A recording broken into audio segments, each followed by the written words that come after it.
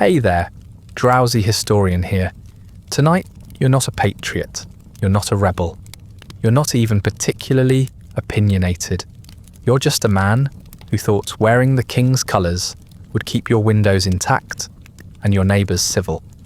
Instead, you're about to be painted as a traitor to a country that doesn't technically exist yet. You won't raise a musket, you won't storm a fort, you'll simply hesitate, politely, thoughtfully, and that will be enough. Enough to lose your home, enough to earn a noose-shaped rumour, enough to wake up one morning with tar on your porch and your name scratched out of polite society like a bad debt. Before the paint dries and the mob sharpens its memory, do me one small favour.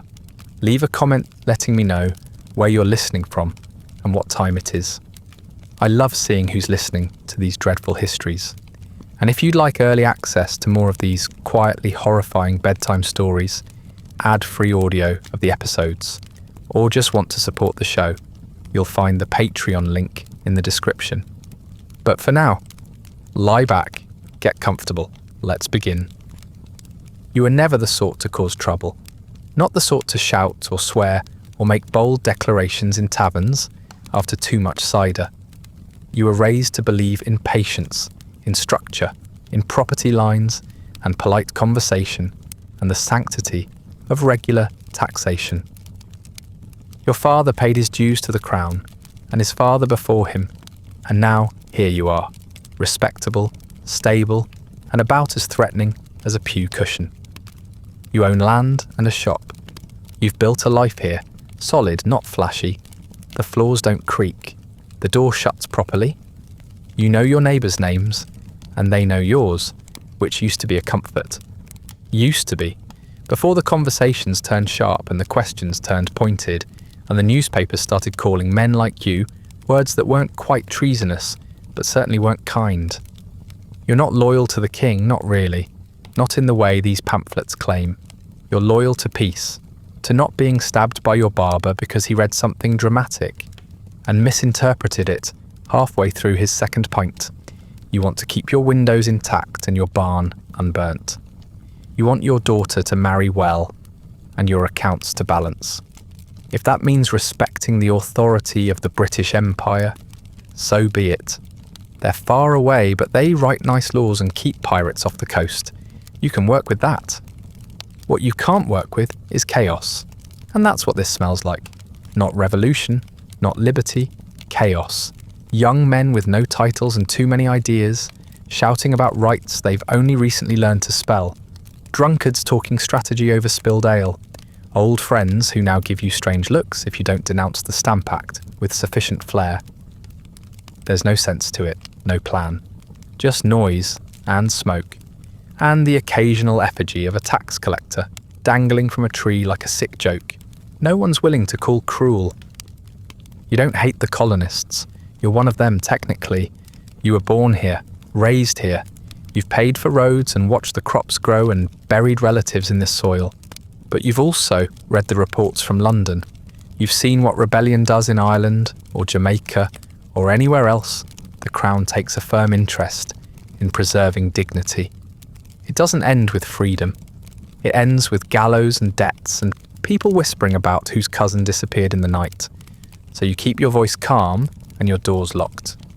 When others raise toasts to liberty, you sip your drink quietly and change the subject.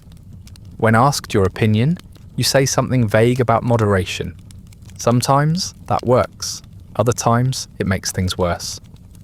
Moderation, it turns out, is the new heresy. It isn't that you love the king, you've never met him. He could be 6 feet tall or shaped like a sack of flour, and it wouldn't change your rent.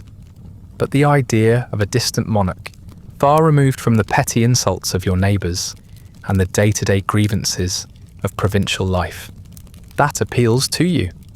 He doesn't ask for much, just loyalty, or more accurately, silence. You can manage that. You've been managing it for years.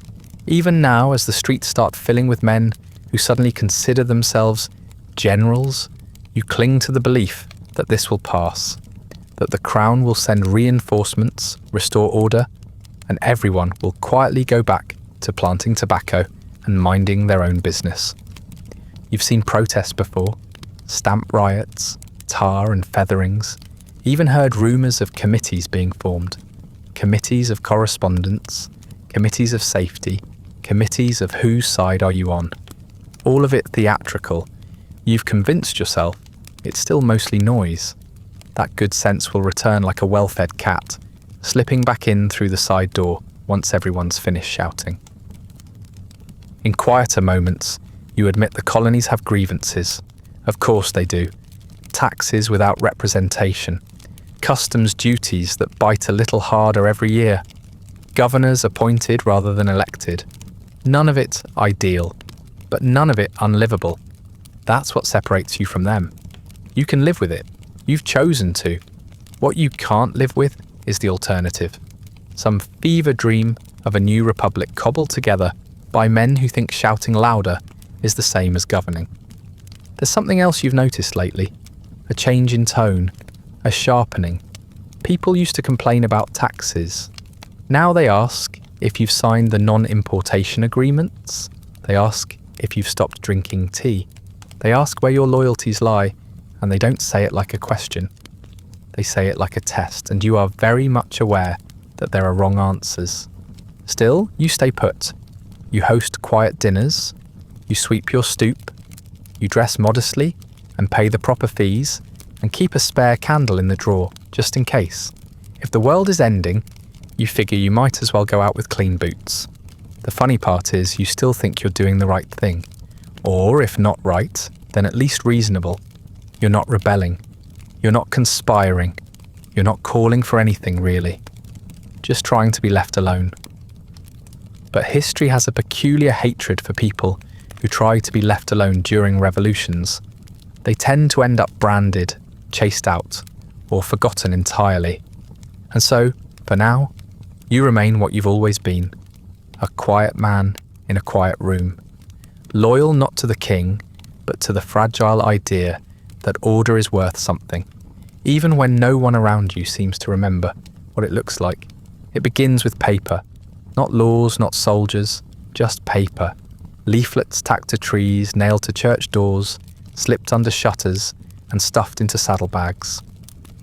Broadside after broadside, each louder than the last, each promising a different vision of justice, liberty, and other abstractions that don't seem to come with ledgers or crop yields. The ink is cheap, the grammar erratic, and the outrage carefully curated to appeal to men who've never seen Parliament but are suddenly convinced they've been personally wronged by it. They call it information. You call it kindling. By the time you realise how fast it's spreading, it's already everywhere. Town criers start adding flourishes to their announcements, slipping phrases like tyranny into the market updates. Ministers go off script in their sermons, hinting that Christ himself might have dumped tea in a harbour, had he been so taxed. The shoemaker's apprentice gives you a withering glare when you greet him with a British accent that's always been yours. It's not just discontent now, it's theatre. And you, unfortunately, are wearing the wrong costume. The streets have changed too. They used to be dusty and dull, filled with the usual traffic of carts, dogs and gossip. Now they bristle with energy, meetings in taverns, speeches on crates, parades that blur the line between festivity and threat. The Sons of Liberty march past your storefront chanting slogans they only half understand. Fists raised, teeth uneven, jackets unbuttoned like they're already ready for a brawl. You sip your tea and watch from the window, hoping it's a phase. Some hormonal eruption that will pass once the Crown sends a few well-mannered redcoats to restore a sense of discipline.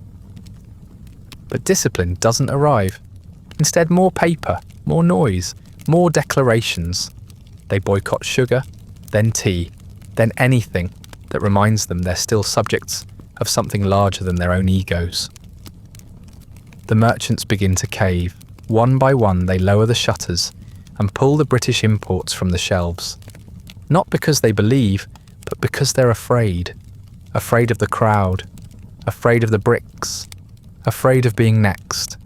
You keep your shelves stocked, quietly, discreetly. You don't advertise it, but word gets out anyway. A man sees you with a crate of East India Company tea. A neighbour notices your British cloth. Suddenly your shop isn't just a store, it's a symbol. And symbols are dangerous things in a time when ideology is cheaper than nails. Conversations grow cautious. Where once there was small talk about crops and rainfall, now there's a silent accounting. Who said what? Who stayed quiet? Who still greets the customs officer with anything less than a snarl? Your name appears less frequently in dinner invitations and more frequently in whispers. At church, people avoid your pew. At the market, prices seem to shift based on who's asking. You feel yourself becoming a liability in real time, like spoiled meat left too long in the sun. Some of the loudest voices used to be your friends. Not close friends maybe, but men you nodded to across town squares. Now they deliver speeches about tyranny and sacrifice while gesturing in your direction, never naming you outright, but never needing to. You've become shorthand, a stand-in, the face of everything they believe is wrong. You suspect they don't really know what they're fighting for, but you do. Your estate. It's not just the mob that worries you, it's the silence. The way people you've known for years suddenly hesitate before greeting you. The way your letters aren't answered, your shipments delayed, your loyal customers transformed into cautious strangers. The atmosphere hums with tension, like the sky before a storm. Only, it's not the weather you're watching. It's the way your apprentice avoids eye contact.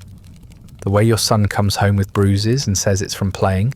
The way even your wife starts to ask in careful tones whether it might be wise to adjust your position.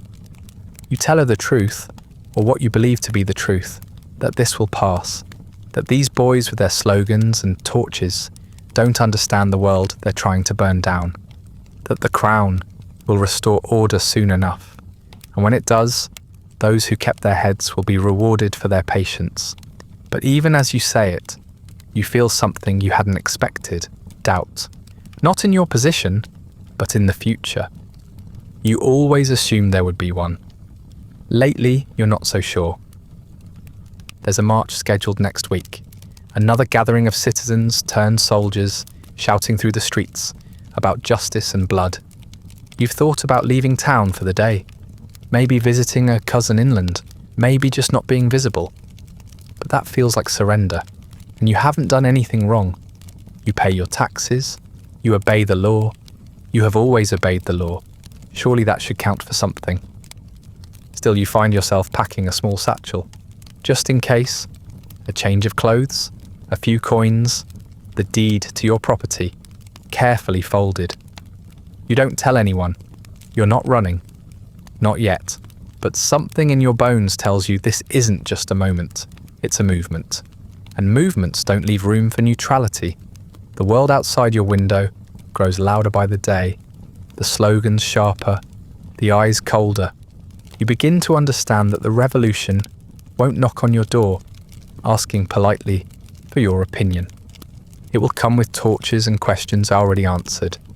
And when it does, your silence will be the loudest thing you've ever said.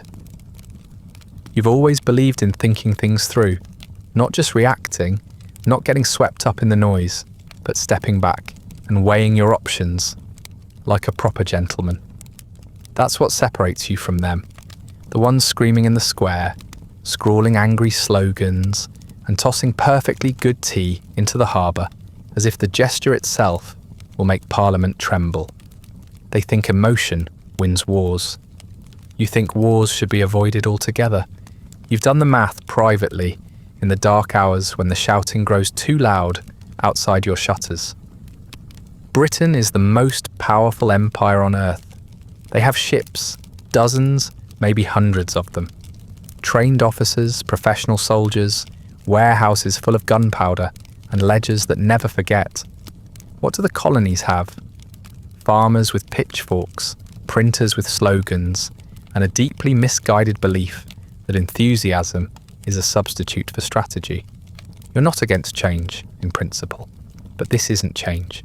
This is amateur hour with muskets. Even if they somehow manage to win a few skirmishes, and you admit grimly that some already have, The end result will be disaster. Trade will collapse, foreign powers will circle like vultures, and the men currently crowing about liberty will spend the next 20 years arguing over how to govern a country they only know how to set on fire. You've read enough classical history to know how revolutions tend to end. Not with freedom, but with purges, with tribunals, with everyone suddenly wondering who was truly loyal enough. So you hold the line, not loudly, not foolishly, but with quiet determination. You make no speeches, you carry no banners, but you continue to pay your taxes, hang your portrait of the king, and avoid the shops that display the new rebel emblems in their windows. You believe in institutions, you believe in law, you believe in not being murdered over bread prices or the wrong flag flying above the courthouse. You keep waiting for others to come to their senses, for the rebellion to burn itself out on its own contradictions. And at first you think it might. There are setbacks, squabbles, moments where the mobs turn on each other instead of the supposed enemy. You take comfort in that. The chaos can't sustain itself forever, you reason. The crown will reassert control. The adults will come back into the room. Things will return to order, but the opposite happens. The chaos doesn't collapse. It solidifies. It becomes routine. Committees take over. Councils form. Militiamen begin dressing like soldiers and worse, acting like them. The rebellion begins to grow teeth, and suddenly your restraint, your moderation, isn't seen as wisdom anymore. It's seen as betrayal. Not because you fought for the other side, but because you didn't fight at all. You try to explain it once in a letter to a friend who's thrown in with the rebels. You write carefully, laying out your reasons like a man submitting a business proposal.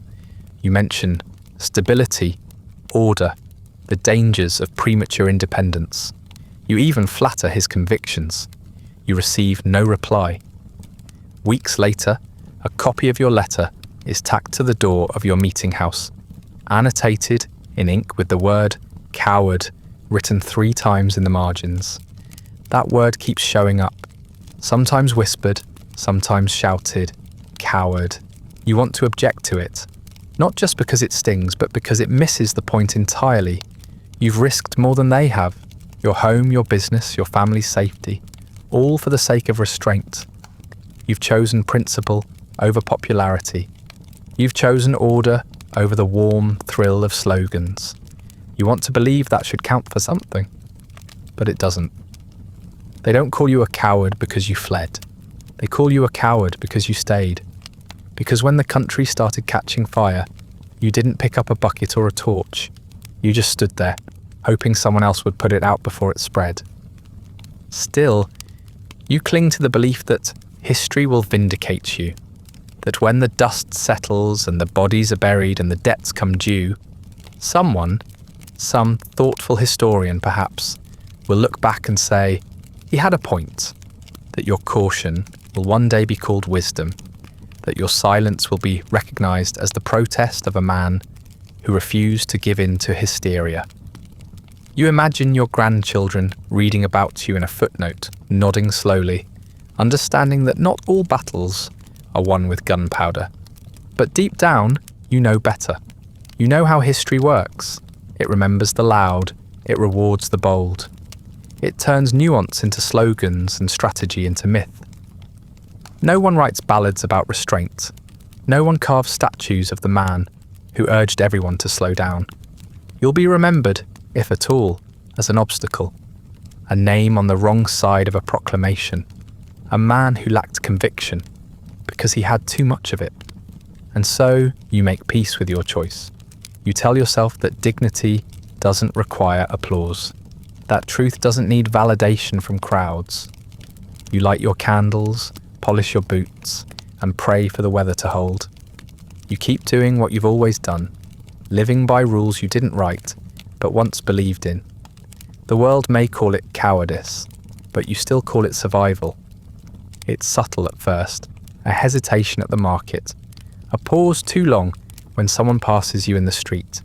You chalk it up to nerves, to the heat, to the general atmosphere of unrest.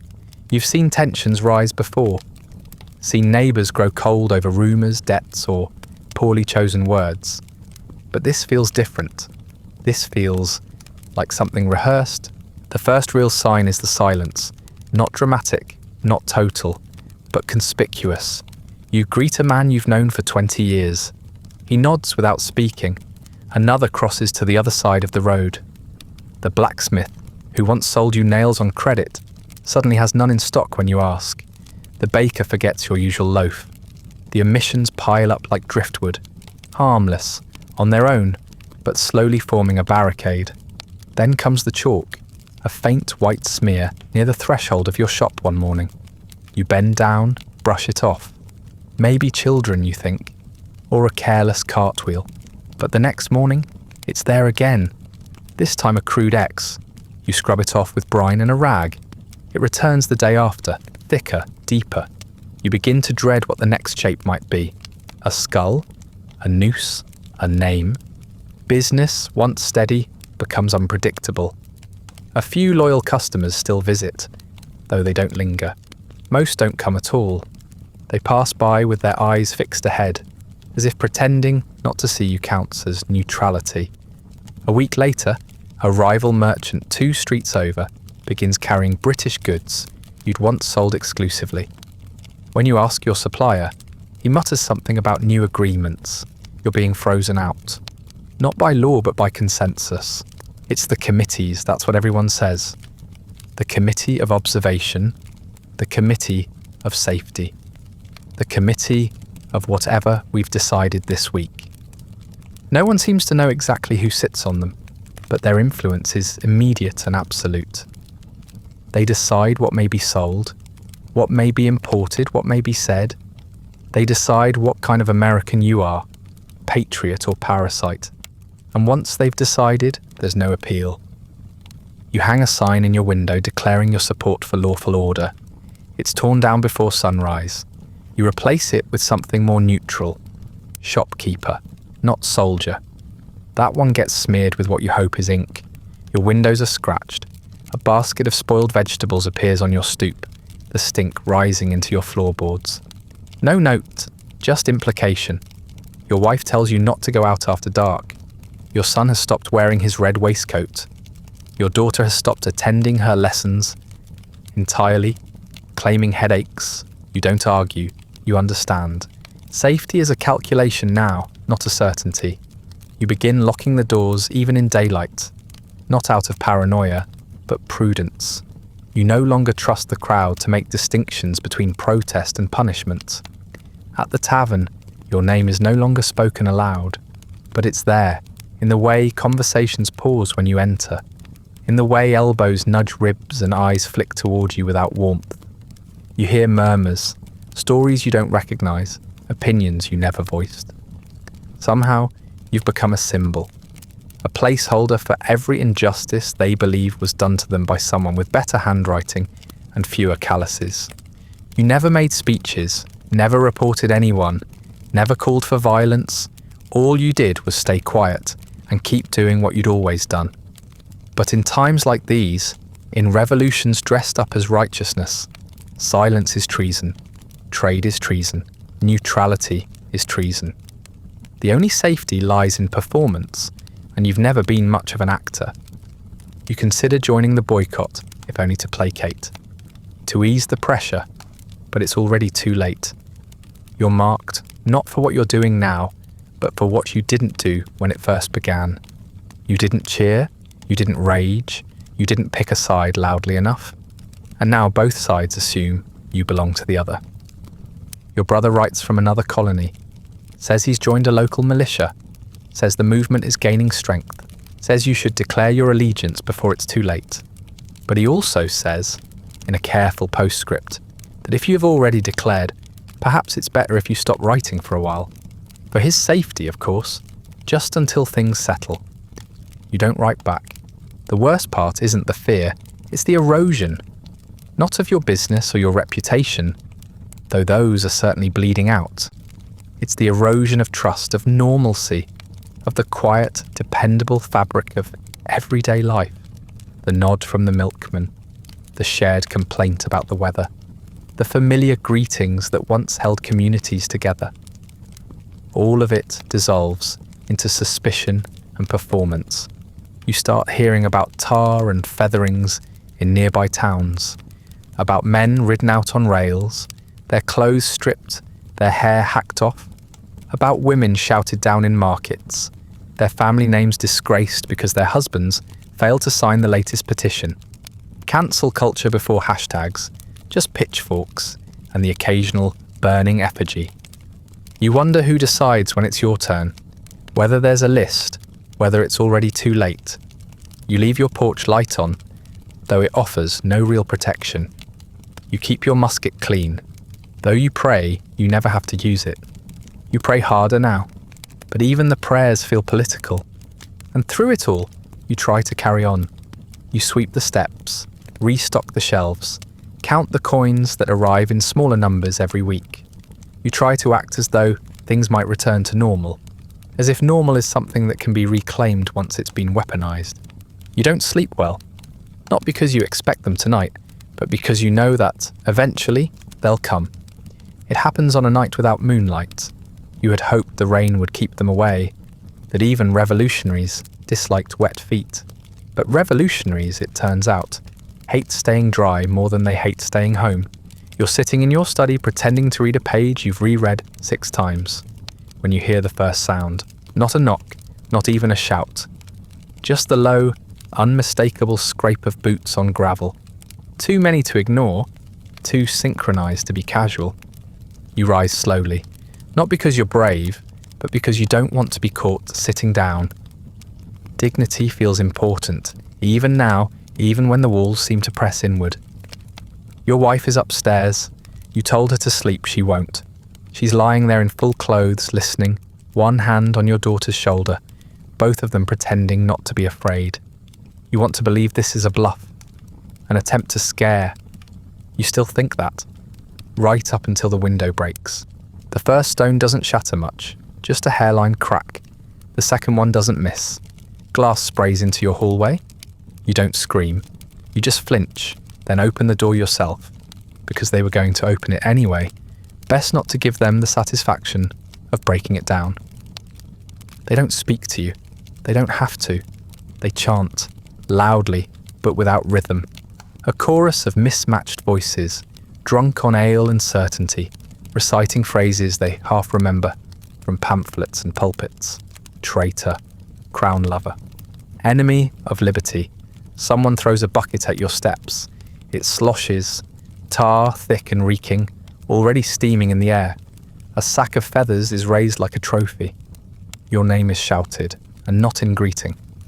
You're seized before you can ask a question.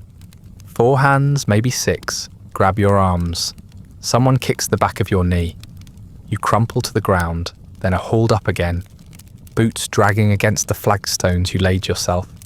You think of the rug you just cleaned, of the desk you won't return to, of your wife upstairs, listening through her fingers. They don't kill you. That would be too quick, too clean. What they want is a message, something loud, unforgettable, and just public enough to be considered a warning instead of a crime. They drag you through the square. You see people in windows, faces pale, curtains parted just an inch. No one intervenes, no one calls out. A few look away, most don't. You're stripped to the waist and bound to a post. The tar is hot, not boiling but not far off. They smear it on like paint, thick and methodical. It burns in waves. You try not to scream, and mostly you succeed, until they reach the ribs. Then you scream. It doesn't matter. No one flinches. A boy, no older than 14, dumps a sack of feathers over your head. They stick in clumps, forming grotesque wings across your arms, catching in your mouth and throat as you cough. Someone plays a fife. Poorly. It's meant to be patriotic. It sounds like mockery. A few men hoist a banner behind you, with a crude crown drawn in blood-coloured paint, and a noose beside it. You don't know if it's supposed to represent you or the king. Maybe both. Maybe it doesn't matter. You're not a person to them now. You're a symbol. And symbols don't get to protest. Your wrists are unbound eventually, but the tar binds you better than rope ever could. You stagger, feathers drifting, legs wobbling under the weight of pain and shame. Someone kicks you again, this time not out of necessity, but because they can. You fall face first into the mud, and a cheer goes up. It sounds like victory. You don't remember walking home. Maybe you crawled. Maybe they carried you part way, just to drop you again. What you do remember is the door opening before you knocked, and your wife's hands not knowing where to touch you. She cries, but not loudly.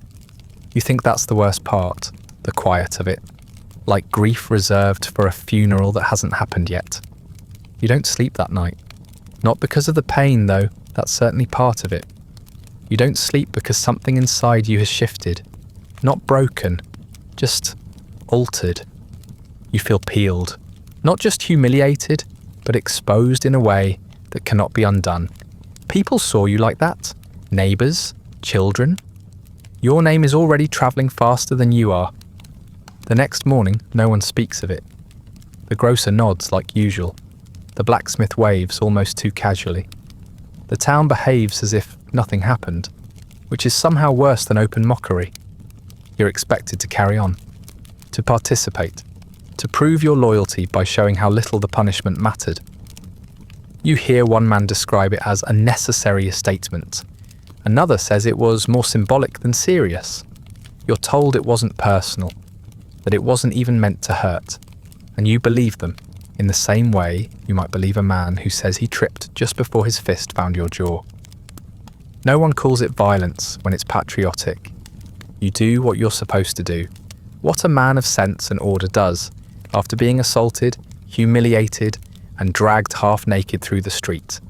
You report it, you clean the tar from your skin as best you can, dress in the least damaged clothing you can find, and you go to the sheriff's office. Because law is meant to be the line between civilization and chaos. You still believe in that, or at least you want to. The sheriff doesn't seem surprised to see you. He looks up from his desk with the slow weariness of a man who's already decided what he will and won't bother to care about. You tell him everything. Who was there, what they did, what they chanted, what they threw. You name names, not in anger, just fact. Calm, controlled, hoping that clarity still counts for something. He listens, but not really. His quill doesn't move. His eyes drift toward the window. When you finish, there's a pause, and then he offers you a shrug, so casual it might as well be a cough. He says the men were probably caught up in the mood, that things have been tense lately, that you probably seemed threatening, that you're lucky it wasn't worse. He suggests you let it go for your own sake. You ask if he plans to take a statement. He doesn't answer. You ask if he'll be investigating. He sighs and mutters something about priorities. When you ask again, he meets your gaze and says, very softly, that some matters are better left in the hands of the people. You leave without raising your voice because you're still clinging to the belief that somewhere, someone will care that a crime was committed. You try the magistrate next. You dress better. Speak more carefully.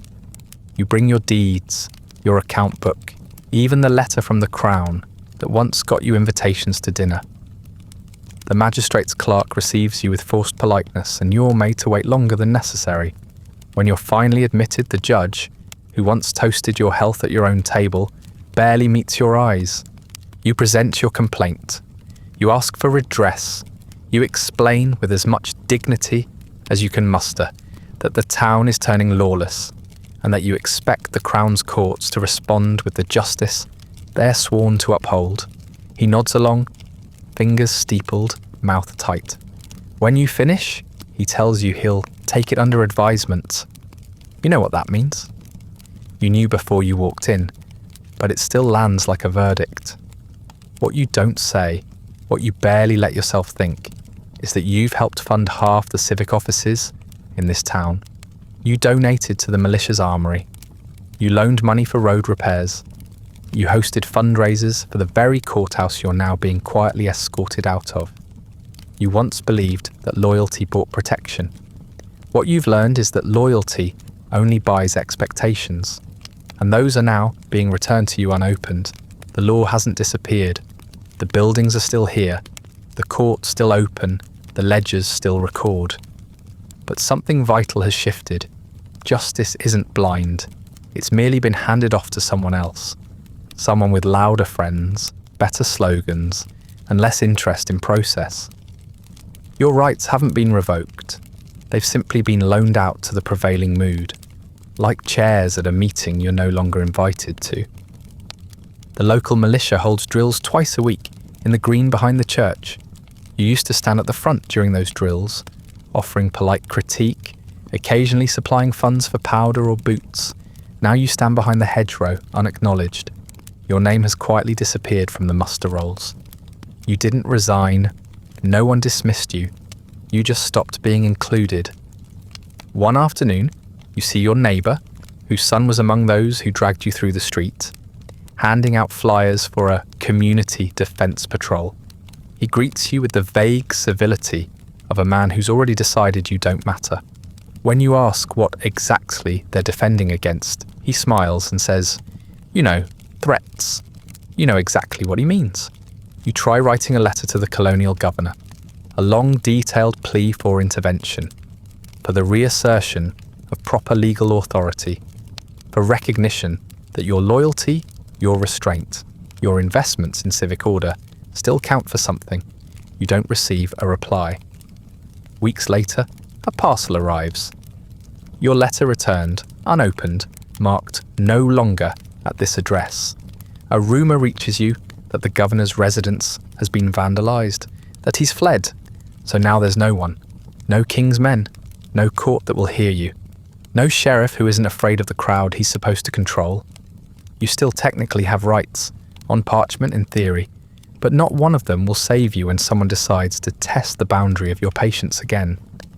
You begin carrying a pistol, even around the house, not because it makes you feel safe, but because it's the only legal authority that hasn't abandoned you. There's still a ritual to the law. People still pretend.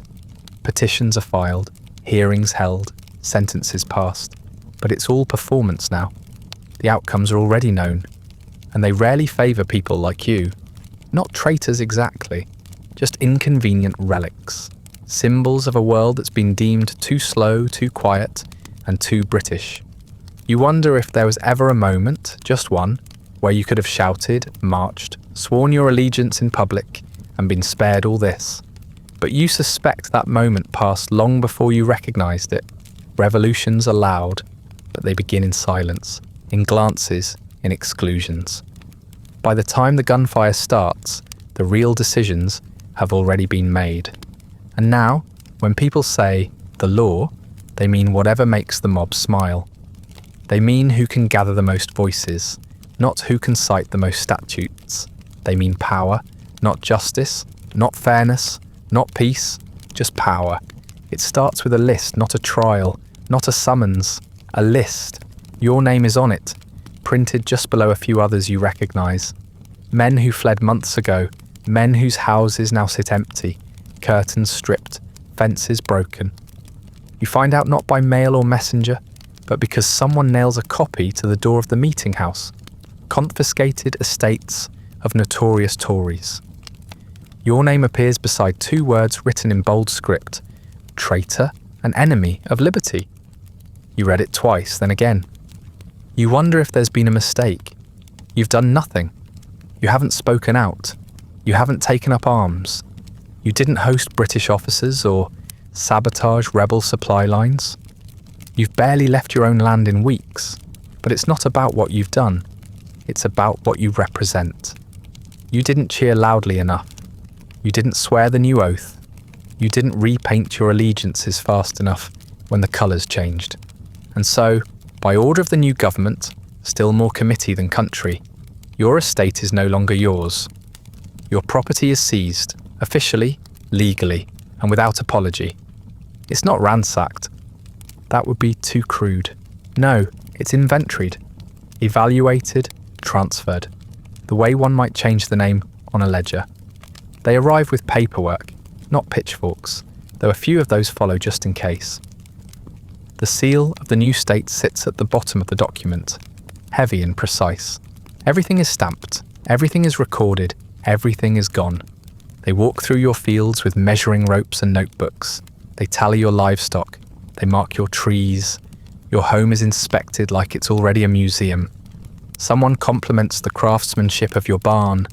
Another jots down the serial numbers of your tools. They are polite, even courteous. One man says, "Nothing personal," and you almost laugh. You want to argue, to present your case, to say plainly that you never rebelled, never plotted, never raised a musket, or gave aid to anyone who did. But they know that already. That's not the point. The point is you didn't fight for the revolution, and now they've decided that neutrality is indistinguishable from treason. You didn't fight the rebels, you paid for their shoes. That was enough. You try to petition. You write to the new assembly, to the committee in charge of property seizures. You explain your loyalty to law, to order, to peace. You remind them of your contributions, your service, your silence.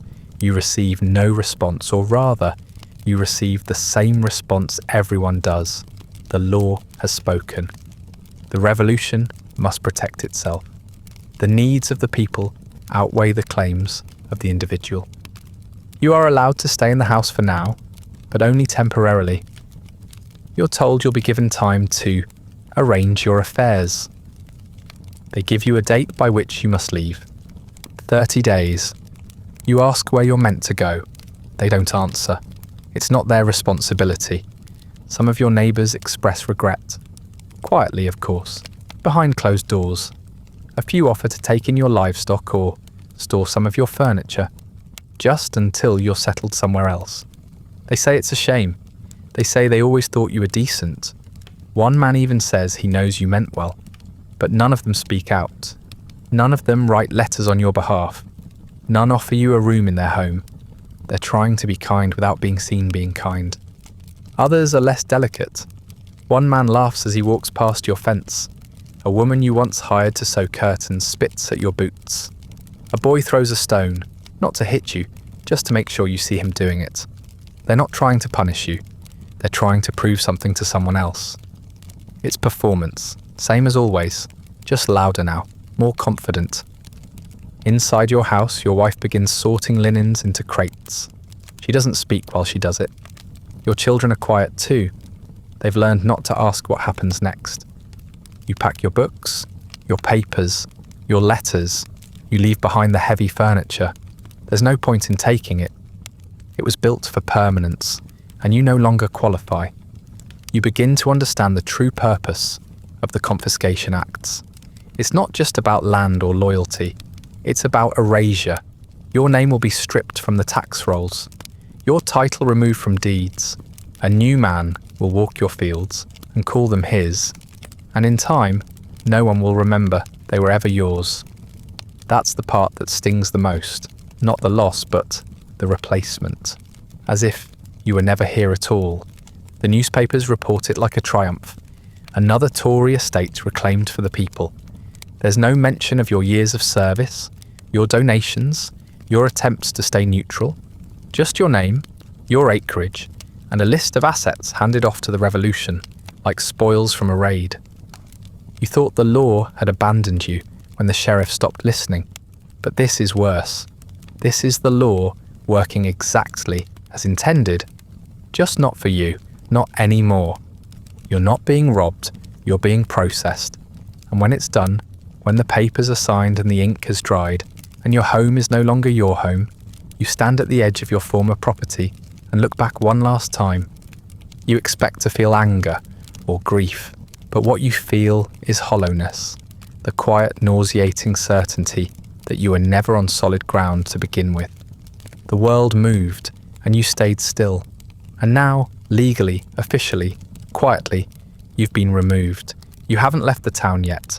Technically, there's still time.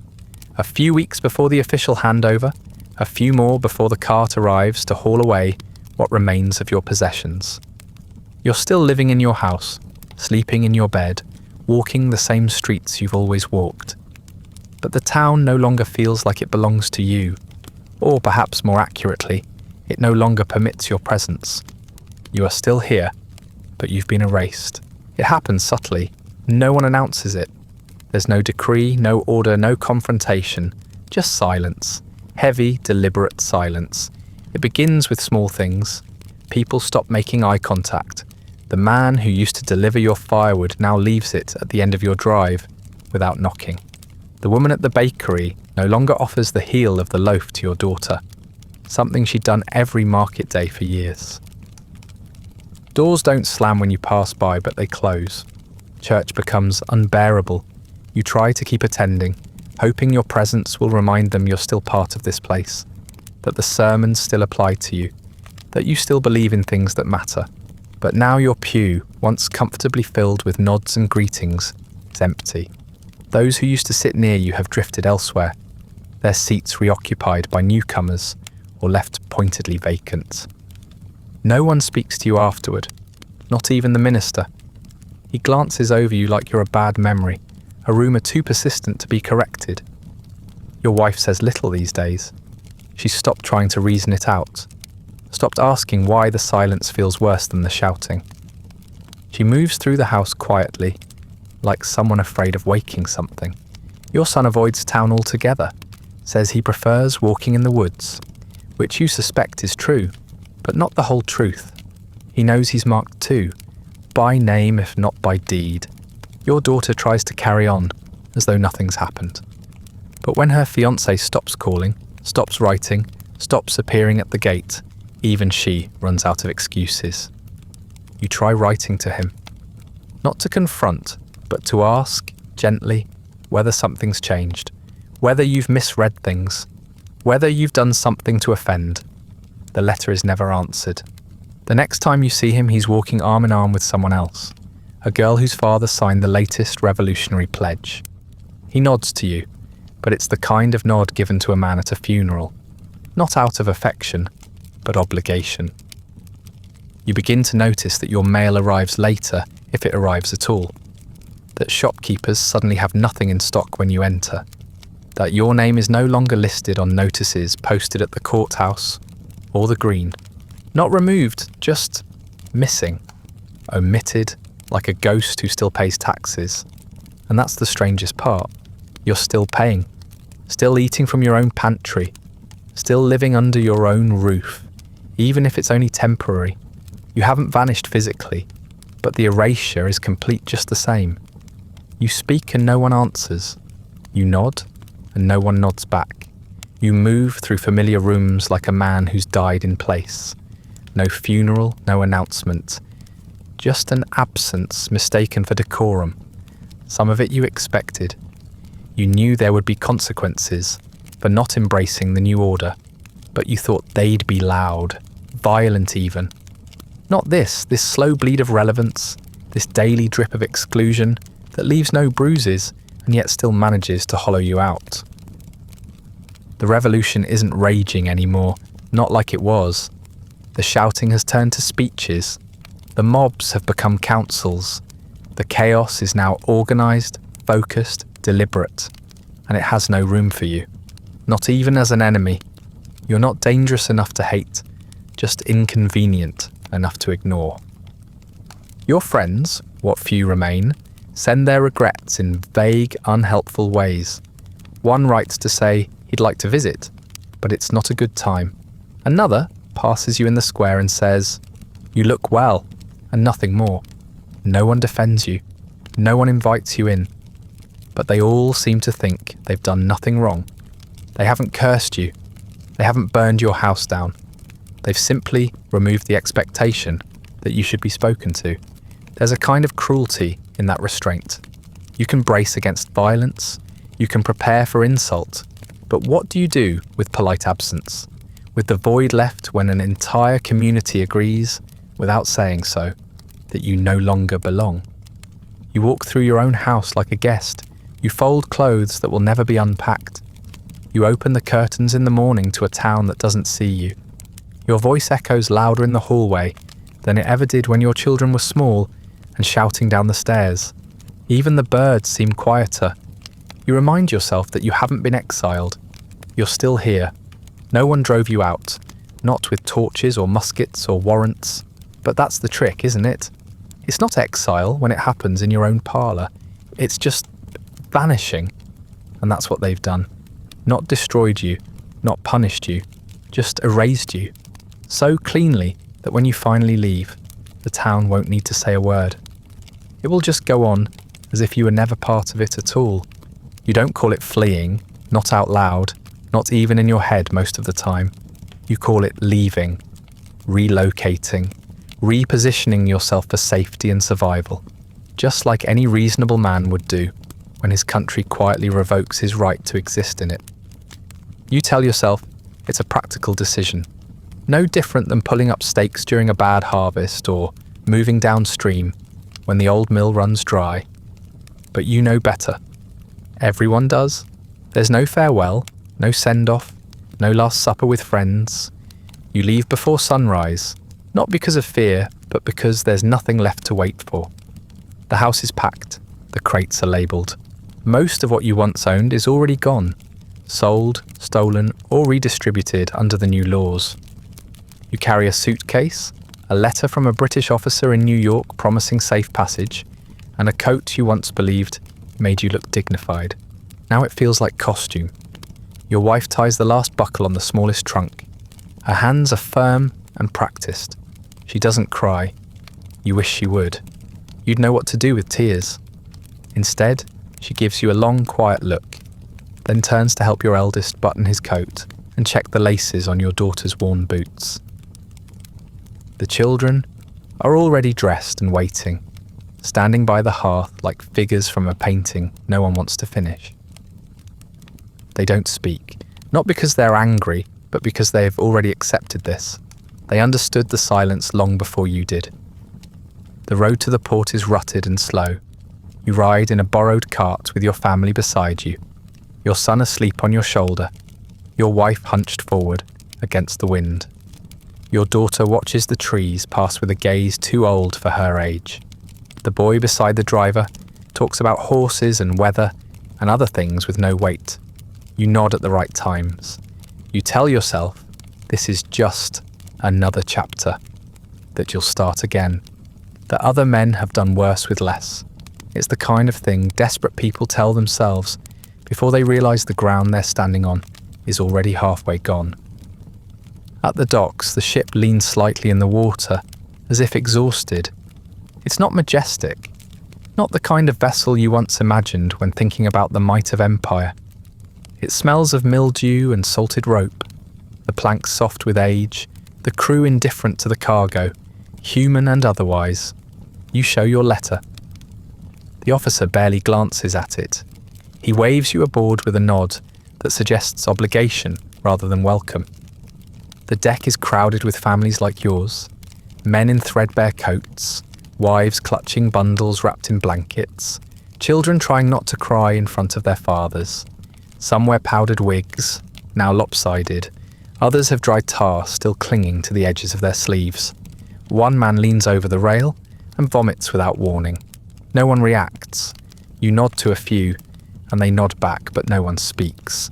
Conversation requires energy, and you've all spent yours on the terrible act of pretending this isn't happening. The ship lists as cargo is loaded. You guide your family below deck to a cramped corner where there's just enough space to sit and not quite enough to sleep.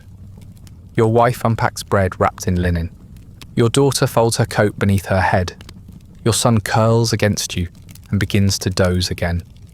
You place your case at your feet and check its contents one last time.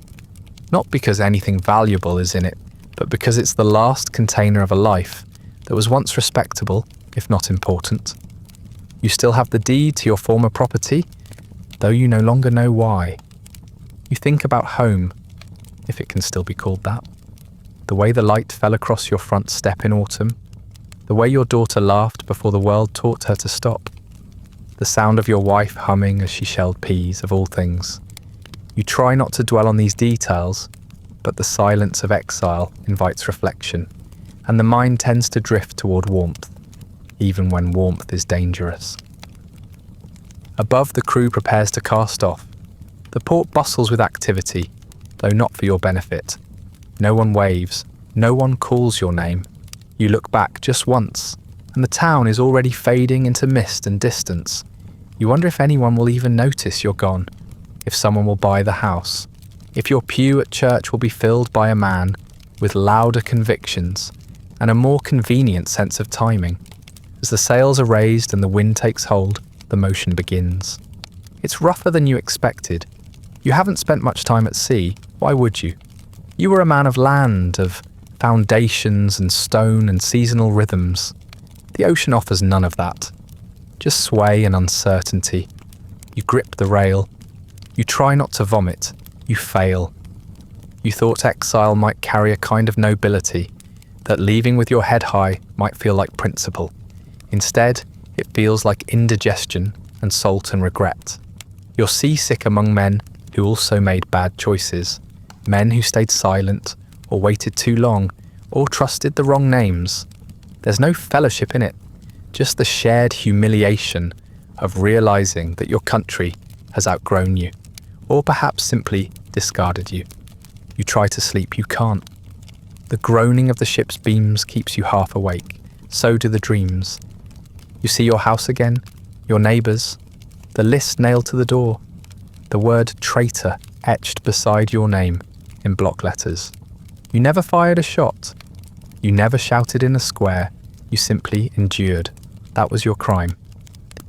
In the morning you rise to grey light and a sky that offers no comfort. Your wife is already up, adjusting the blanket around your son. Your daughter watches the window, slit as the horizon comes into view. There's land far ahead, barely visible. A new place, a chance to begin again perhaps. But you already know it will not be the same. You will not be the same. What you had is gone. Not just your property, but your place in the world. And whatever waits across the sea, it won't be home. It will be survival, which at this point will have to do. You arrive in Nova Scotia, or perhaps New Brunswick, somewhere coastal and grey, somewhere that smells of salt and damp wood, and the faint, metallic bite of disappointment. There's no welcome party, no cheering crowd waving Union Jacks, just wind and frost and a harbour that looks more like the edge of the world than a new beginning. You disembark with your coat pulled tight and your expectations lower than they've ever been. You're technically free now, but freedom doesn't warm your fingers. The settlement is rough, not in the charming way colonists once bragged about in letters home, but in the miserable way that tells you nothing was prepared for your arrival. The ground is still half frozen. The roads are more suggestion than infrastructure. The other arrivals look like you. Worn coats, hollow eyes, the stiff walk of men who've lost more than land. Some try to stand straight, to carry themselves with the dignity they once had, but the wind is good at cutting through that. You're given a plot of land, or rather, you're pointed toward it. It's yours by decree, granted by the Crown in recognition of your loyalty. But there's nothing on it. No house, no fencing, no cleared field, just snow crusted over stony soil, thick with roots and stubby pine, a patch of wilderness pretending to be compensation. You stare at it for a long while, trying to imagine how it might one day support a family, how you might coax crops from it, or build something worthy of permanence. It's not impossible, you tell yourself, just unlikely. You meet with officials, British ones at least nominally. They shuffle papers and speak in tones that try to sound sympathetic, but land closer to administrative fatigue. There are too many of you, too many petitions, too many hands reaching out for too few tools. One man suggests you could work as a clerk in town. Another says a sawmill is being built that might need men with strong backs. You were a landowner, a merchant, a gentleman. Now, you're a pair of hands and a mouth to feed, and that's about all anyone has the bandwidth to acknowledge. The housing is temporary, a wood-framed barracks shared with 6 other families who cough through the night and argue during the day. You keep to yourself. You eat boiled flour and dried peas, salt pork if you're lucky. You try to keep your boots dry. Some mornings you wake up with frost on the inside of your blanket. You learn to expect very little.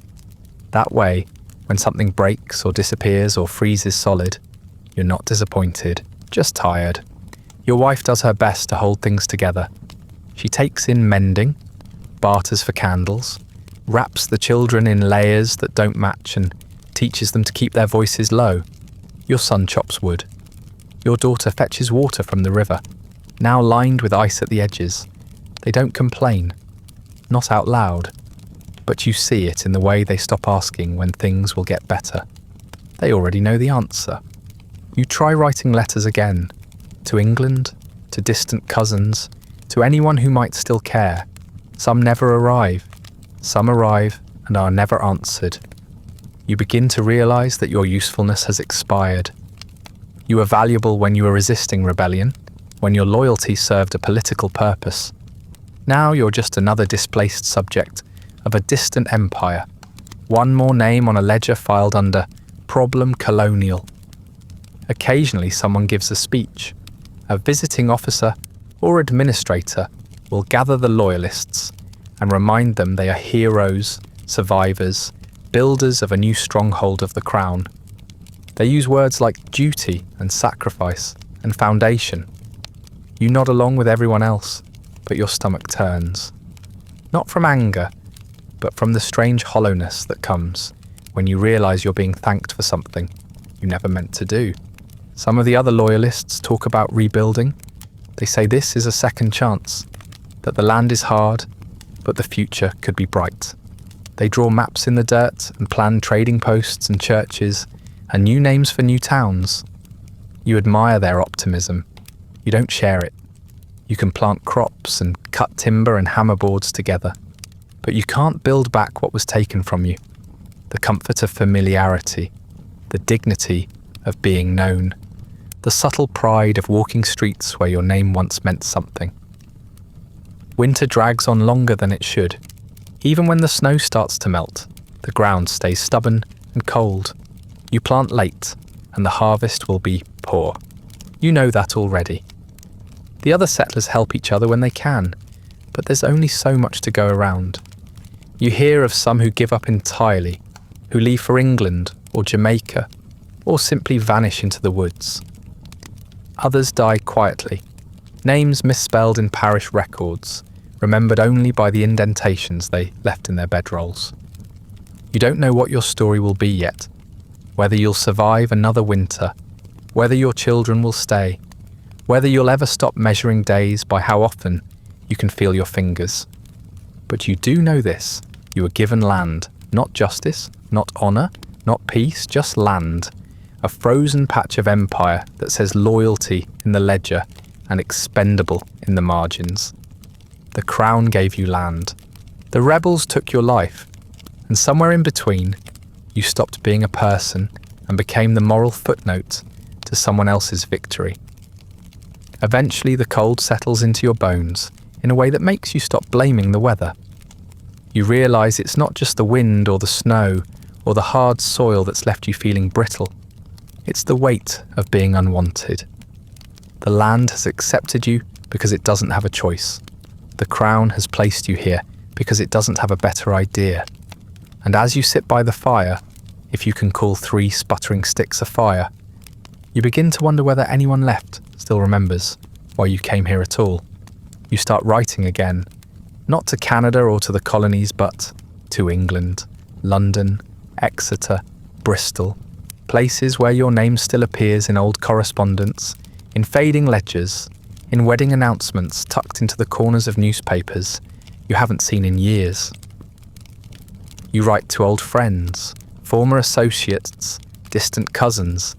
You tell them your situation plainly, not with desperation, but with precision. You ask for opportunities, for introductions, for consideration. You write in the tone of a man who still believes that civility and reputation might yield something. Anything. The responses come slowly, and they all sound the same. Polite sympathy, carefully worded regret, vague promises of prayer and encouragement. Some mention how brave you were to stay true to your principles. Others refer obliquely to difficult times and unfortunate developments. No one offers you passage. No one sends money. A few don't write back at all. You read the letters twice, then burn them. Not out of rage, but because they're too heavy to keep. Each one is another nail in a coffin you've already been sleeping in. They confirm what you suspected from the start. You're not a hero, not a refugee, not a patriot. You're a political inconvenience, a man who chose the losing side of a rebellion, and now exists as a reminder that loyalty doesn't always come with a return policy. You thought England would remember, that someone somewhere in the grand structure you defended would find room for you. A modest post, a desk job, a position in a warehouse or customs office, something with a window perhaps. Instead, they filed your name under past obligations. You served your purpose. You resisted rebellion. You were an example. Now you're an expense. Your wife still moves about the cabin with quiet efficiency, but you've stopped trying to talk to her about England. She used to ask whether anyone had written back. Now she just folds the laundry and keeps her eyes on the hearth. You don't know if she's given up on hope, or if she's simply storing it somewhere deeper than you can reach. She says little, and when she does, it's about firewood or stew. Never politics, never the past. You wonder if she mourns the life you lost, or if she's too busy surviving the one you ended up with. You begin to hear rumours of ships heading back across the Atlantic. Some say England is calling for skilled tradesmen. Others say the ports are closed, unless you already have a sponsor. A few men make the trip anyway, selling everything they have for the chance to go home. Most return with their heads lower than before. One man, once a lawyer in Boston, comes back months later, thinner, quieter, and with frostbite in 3 fingers. He says he stayed in a boarding house near Wapping for 6 weeks before someone gently told him there were no appointments left for men like him. Too many others had come before. You tell yourself you're not bitter, but it's not true. Bitterness, like frost, creeps in gradually and settles deep. You find yourself snapping at your children when they ask simple questions. You walk past the chapel without going in. You reread the Crown's original proclamation, the one promising reward for loyalty, and you start noticing the fine print you ignored before. The promises were always vague. The reward was always conditional. You assumed your name would carry weight. Instead, it barely carries heat. You were loyal to a system that misfiled your loyalty, a structure that valued obedience, but not enough to preserve the obedient. The rebellion punished you for your silence. The empire rewarded you with it. Now you live in that silence, eat with it, wake with it, dream with it. Every cracked floorboard and drafty window reminds you that you gambled everything on the idea that law and duty would outlast rage and fire. They didn't. Your neighbours here are decent enough for the most part. A few share your background. Displaced shopkeepers, former officers, clergymen in threadbare coats. Others are poorer, less educated, but less shocked by their new circumstances. They knew from the beginning that loyalty was a currency with an expiration date. You were slower to accept that. You thought loyalty was its own reward, or at least a down payment on something better. You still wear your old coat some days, the one you brought from home. It's not warm enough, but it reminds you of something, though you're not sure anymore whether it's pride or just habit. The seams are fraying, the buttons are mismatched, but it's yours. That still means something, you hope. At night, when the wind rattles the shutters and the fire burns too low to heat the room, you lie awake and try not to count regrets. There are too many. Some you could never have foreseen. Others were obvious at the time, but you convinced yourself that patience would solve them. You were taught that history remembers those who stood firm. You've come to learn that history mostly remembers the ones who won. There is no homecoming for you, no portrait in a hallway, no pension or plaque. You'll live out your years in a place that doesn't ask questions and doesn't offer answers. A place that treats your past as a mildly interesting anecdote. You might be mentioned in a letter or in the footnotes of someone else's story, but never the headline, never the reason. You still write letters sometimes, not for help, just to remind yourself that you still exist. You sign your name carefully with the same flourish you learned in youth. And as you seal the envelope and place it on the sill, you allow yourself one fleeting hope.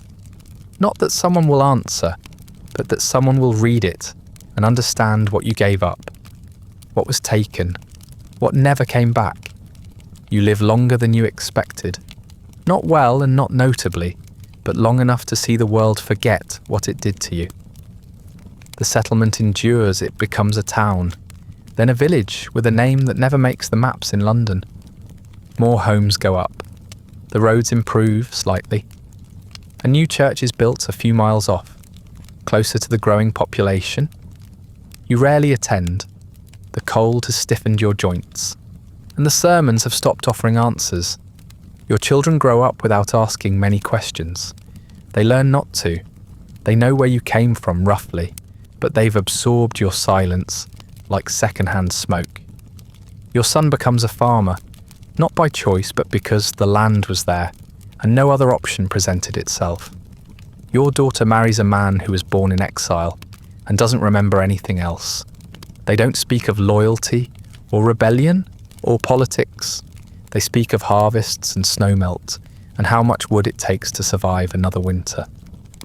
You once imagined that your children might restore what was lost, that they might reclaim the dignity stripped from you and rebuild the life that was taken, but they don't. They adapt. They move forward in a direction you no longer recognize.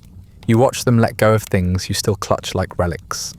You see them forge a future that doesn't include the past and certainly doesn't include you.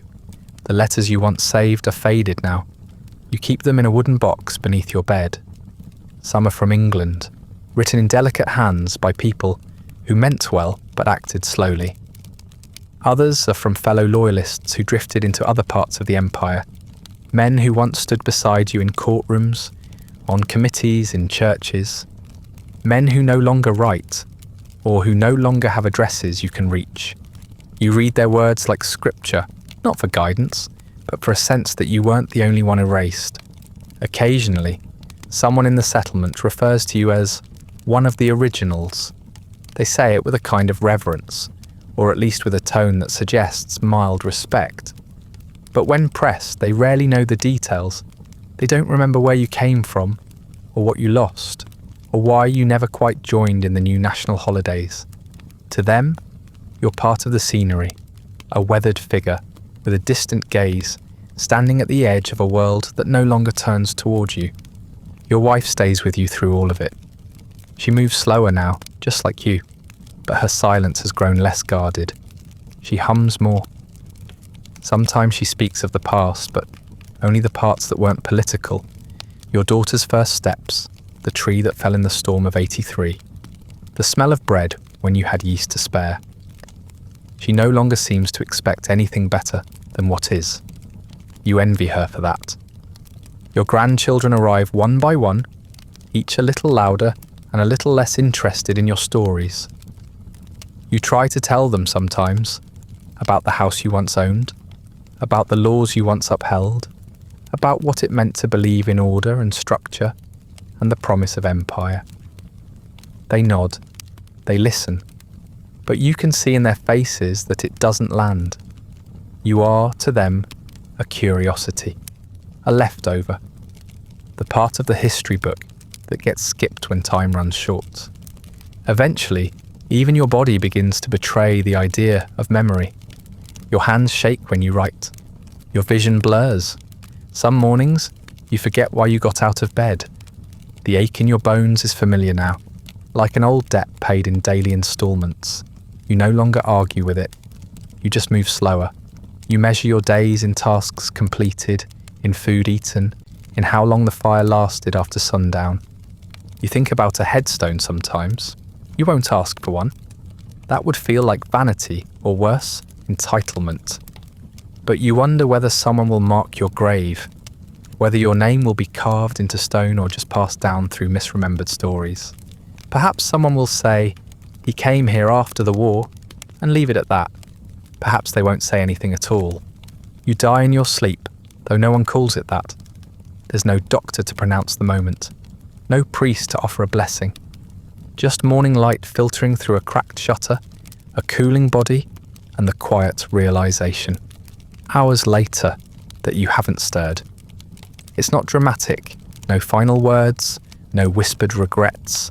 Your wife finds you before the fire goes out, touches your wrist, and doesn't bother to check again. She knew it was coming. You did too. There is no ceremony, no procession, no reading of accomplishments because no one has the list.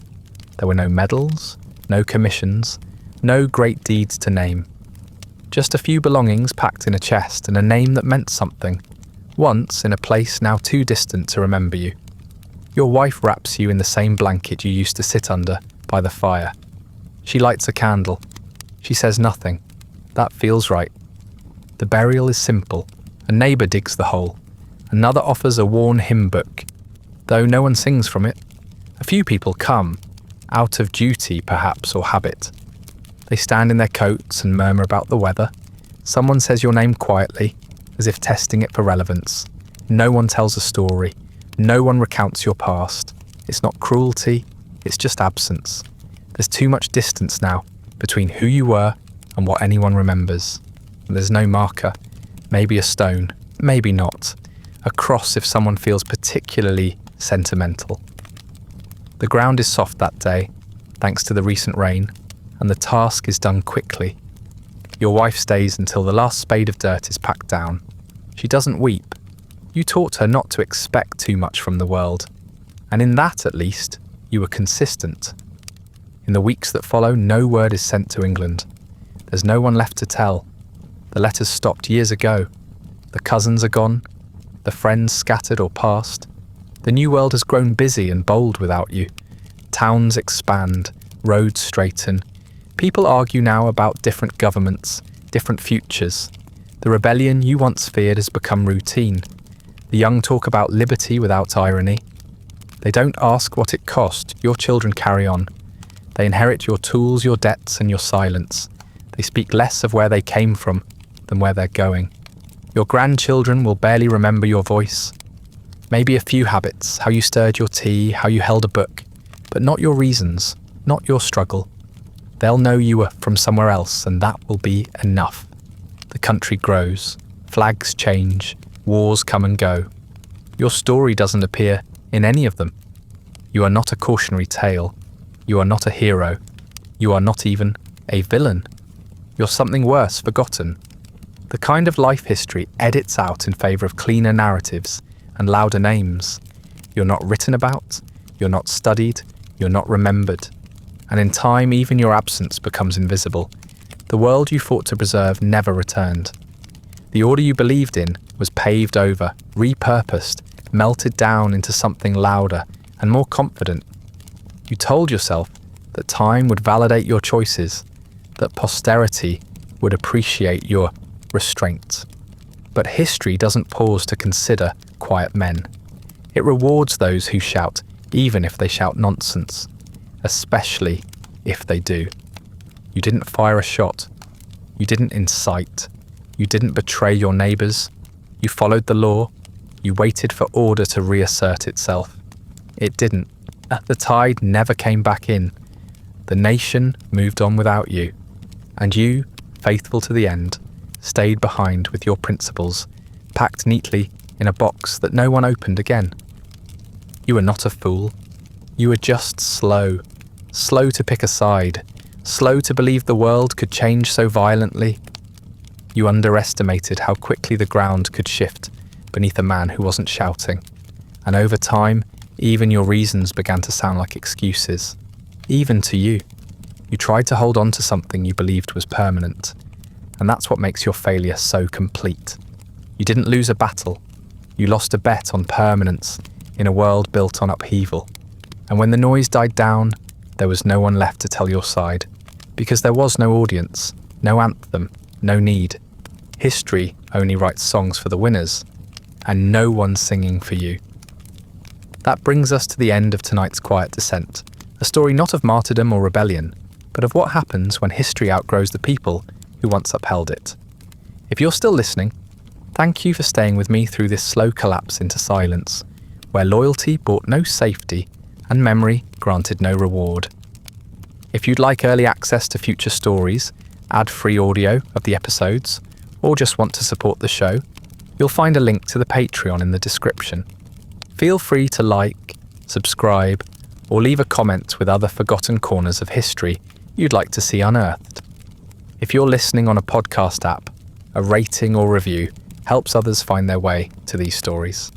And special thanks to the supporters who make this show possible, including our chronicler, Andrew S. Sleep well.